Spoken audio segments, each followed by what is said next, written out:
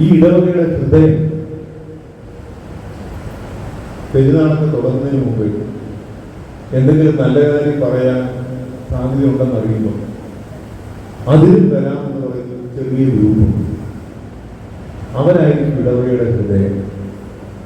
ആ ഹൃദയം നിലയ്ക്കില്ലെങ്കിൽ ആ ഹൃദയത്തിൽ നിന്ന് പതുക്കെ പതുക്കെ രക്തം എല്ലായിടത്തേക്കും പോകും, എല്ലാ ജീവനുണ്ടാകും. ഇവൻ നമ്മുടെ ഉള്ളിലാണെന്ന് നമ്മളെ പിന്നെയും പിന്നെയും ഓർമ്മിപ്പിക്കുന്നതാണ് നമ്മുടെ സ്പിരിച്വാലിറ്റി.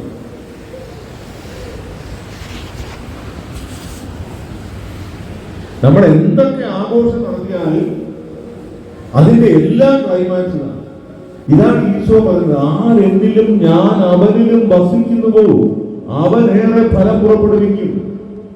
യോഹന്നാൻ 15:5 ആരെന്നിലും ഞാൻ അവനിലും വസിക്കുന്നുവോ അവനേറെ ഫലം പുറപ്പെടുവിക്കും. നമ്മുടെ ഉള്ളിൽ ഈശോ വസിക്കുന്നു. ആ ഈശോയിൽ ഞാൻ വസിച്ചാൽ നമ്മൾ ഫലം പുറപ്പെടുവിക്കും. നമ്മുടെ ജീവിതത്തിൽ ആ ഫലം തെളിയും. അപ്പൊ നമ്മൾ നമ്മുടെ ഉള്ളിലിരിക്കുന്ന ദൈവത്തെ കാണുന്നു.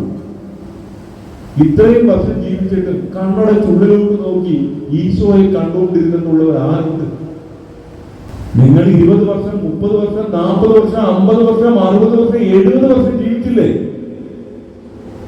ഞാൻ എല്ലാവരുടെയും ശിരസ് കുനിഞ്ഞു പോകുന്ന ഒരു കൊച്ചു ചോദ്യമായി ചോദിക്കുന്നത്, ഈ 70 വർഷത്തിനിടയ്ക്ക് ഉള്ളിലെ ഈശോയെ നോക്കി 1 മണിക്കൂർ കണ്ണടച്ചിരുന്ന ആരുണ്ട്? തോറ്റില്ലേ? നടപടലം തോറ്റില്ലേ? ഈ ബലിയുടെ അവസാനം അതല്ലായിരുന്നു.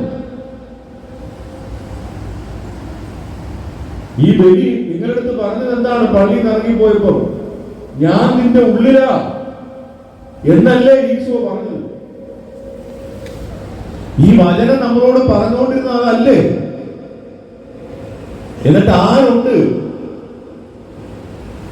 1 മണിക്കൂറെങ്കിലും എന്റെ കൂടെ ഇരിക്കാൻ കഴിയില്ല എന്ന് ചോര ഉയർത്തല്ലേ ചോദിച്ചത്? സന്തോഷം സമാധാനം